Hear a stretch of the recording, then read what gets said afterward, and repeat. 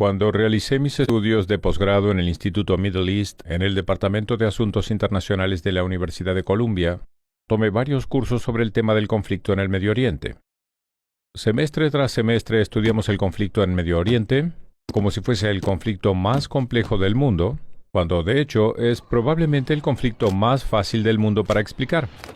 Quizás sea el más difícil de resolver, pero es el más fácil de explicar. En resumen, es así. Un lado quiere al otro lado muerto. Israel quiere existir como un Estado judío y vivir en paz. Israel también reconoce el derecho de los palestinos a tener su propio Estado y a vivir en paz.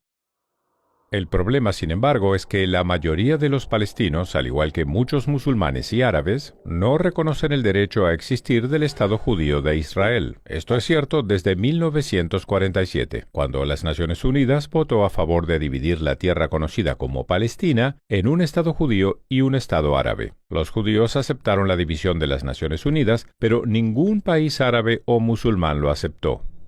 Cuando finalizó el mandato británico el 15 de mayo de 1948, los ejércitos de todos los estados árabes vecinos, Líbano, Siria, Irak, Transjordania y Egipto, atacaron el Estado de Israel, que solo tenía un día con el fin de destruirlo. Pero para sorpresa del mundo, el pequeño Estado judío sobrevivió, y volvió a ocurrir después. En 1967, el dictador de Egipto, Gamal Abdel Nasser, anunció su plan. Estas fueron sus palabras para destruir Israel. Colocó tropas egipcias en la frontera con Israel, y los ejércitos de los países árabes vecinos también se movilizaron para atacar. Sin embargo, Israel atacó Egipto y Siria con anticipación, Israel no atacó Jordania, y rogó al rey de Jordania que no se uniera a la guerra. Pero lo hizo. Ese fue el único motivo por el que Israel tomó control de tierras de Jordania, específicamente la franja occidental del río Jordán. Poco después de la guerra, los estados árabes fueron a Khartoum, Sudán, y anunciaron sus famosos 3 nos. No al reconocimiento, no a la paz y no a las negociaciones. ¿Qué se suponía que debía hacer Israel?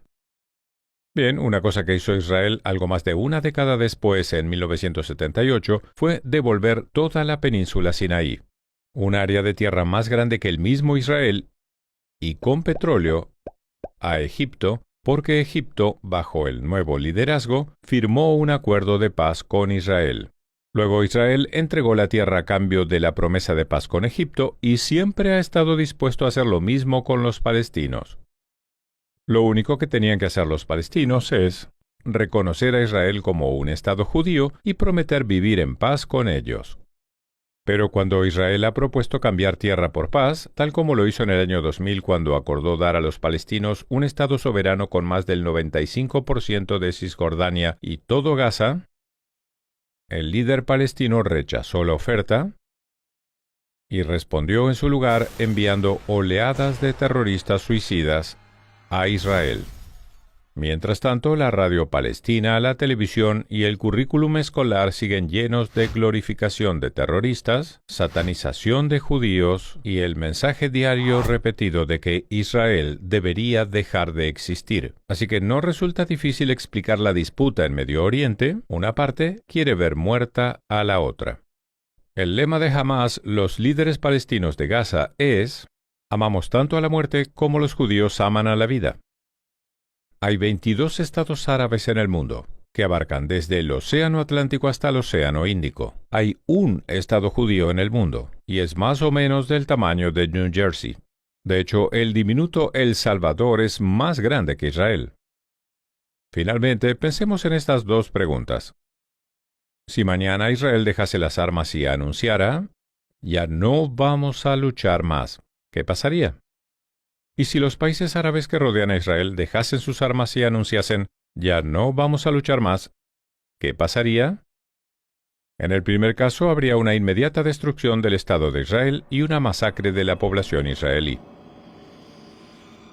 En el segundo caso, habría paz al día siguiente. Como dije al principio, es un problema fácil de describir. Un lado quiere ver muerto al otro. Y si no fuese así, habría paz. Por favor, recuerden esto. Nunca ha habido un estado en la zona geográfica conocida como Palestina que no fuese judío. Israel es el tercer estado judío que existe en esa zona. Nunca hubo un estado árabe, nunca un estado palestino, nunca un estado musulmán o cualquier otro estado. Ese es el problema. ¿Por qué no permitir que el único estado judío del tamaño de El Salvador exista?